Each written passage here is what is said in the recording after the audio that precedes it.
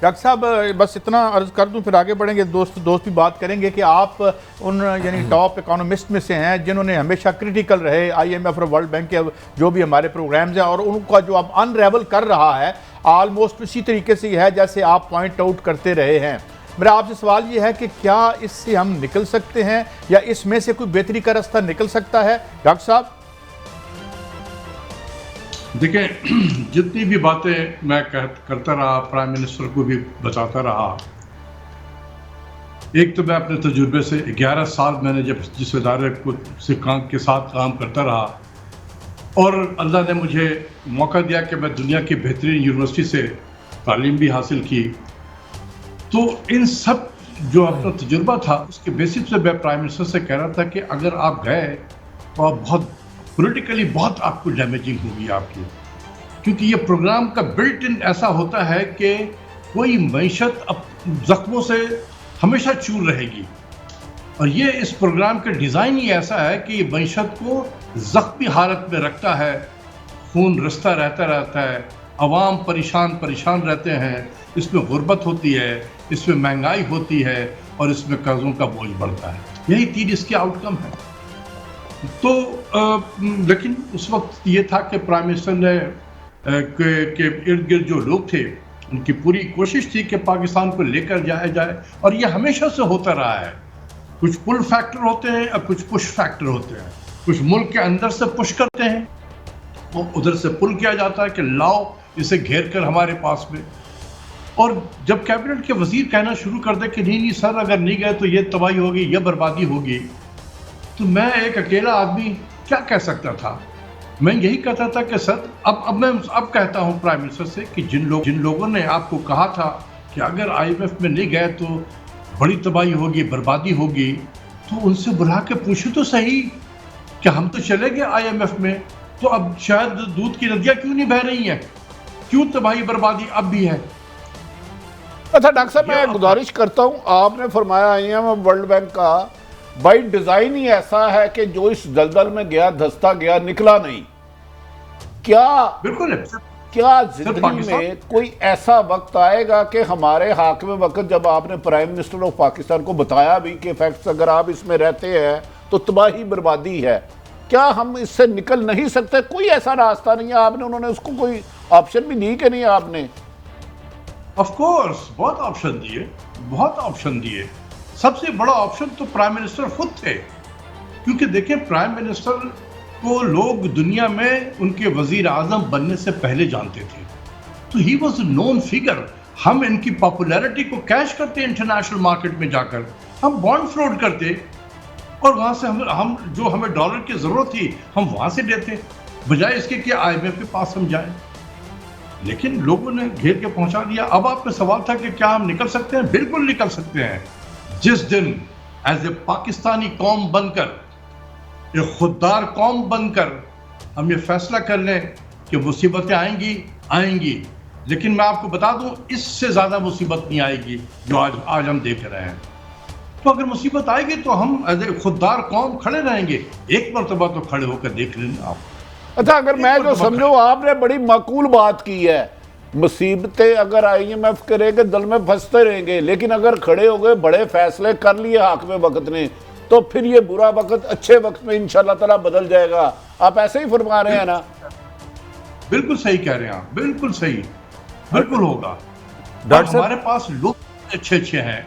Doctor صاحب آپ نے بڑا اچھا آپ نے ایکسپلین کر دیا آئی ایم ایف کا جو اوورآل جو امپیکٹ ہوتا ہے، مگر پھر بھی میں ایک دو چیزیں آپ سے سیکھنا چاہ رہا ہوں۔ سننے میں آ رہا ہے 10 سے 15 روپے ہم پیٹرول جو ہے اس میں اضافہ کر رہے ہیں، ہماری جو گروتھ ہے خود ورلڈ بینک مانتا ہے وہ 3.45 کے پاس ہے۔ میں جو سمپل میرا آپ سے سوال ہے جو نظر آ رہا ہے ہر ایک کو کہ بجلی بھی مہنگی ہوگی، پیٹرول بھی مہنگا ہوگا، سبسڈیز آپ پہ وہ ڈنڈا دے رہے ہیں کہ ختم کریں۔ میرا سمپل سوال ہے اس اکانومی میں اس ریسیشن سے جب آپ 6500 ارب کا ٹیکس لوگوں سے لیں گے اور بجلی پیداواری لاگت بڑھا دیں گے تو پھر پاکستان میں کیا ہوگا، اس کا امپیکٹ کیا آئے گا؟ جتنا آپ نے یہ منظرنامہ پیش کیا ہے، آپ خود سوچیں کہ ہم آئی ایم ایف میں ہیں اور یہ منظرنامہ ہے جو آپ نے بیان کیا ہے، کیا اس سے پاکستان کی معیشت بہتر ہوتی ہے؟ کیا بجلی کی قیمت بڑھا کر پاکستان کی معیشت بہتر ہوگی؟ کیا گیس کی قیمت بڑھا کر پاکستان کی معیشت بہتر ہوگی؟ کیا کرنسی کو ڈیویلیو کر کے پاکستان کی معیشت بہتر ہوگی؟ کیا انٹرسٹ ریٹ کو بڑھا کر پاکستان کی معیشت بہتر ہوگی؟ ٹیکسوں کے انبار لگا کر پاکستان کی معیشت بہتر ہوگی؟ ہرگز نہیں. یہ اکنامکس کے اصول کے خلاف ہے. یہی میں بتانا چاہتا ہوں کہ یہ سارے جو میں نے آپ کو بتایا یہ آئی ایم ایف کے پروگرام کا حصہ ہے. جو بھی ملک جائے گا آئی ایم ایف کے پاس پیسہ لینے کے لیے اس کو یہی 4-5 چیزیں کرنی ہوں گی. تو اس سے ملک کی معیشت بہتر تو نہیں ہوتی ہے. ایک عام آدمی کو جس کو اکنامکس کی سوجھ بوجھ نہ ہو وہ بھی کہے گا کہ بھئی اس سے معیشت کیسے بہتر ہوگی. لیکن ہمیں دیکھیں یہ 1988-89 کے بعد سے یہ پاکستان کا ٹرننگ پوائنٹ ہے. پاکستان کے ہسٹری کا ٹرننگ پوائنٹ 1988-89 ہے.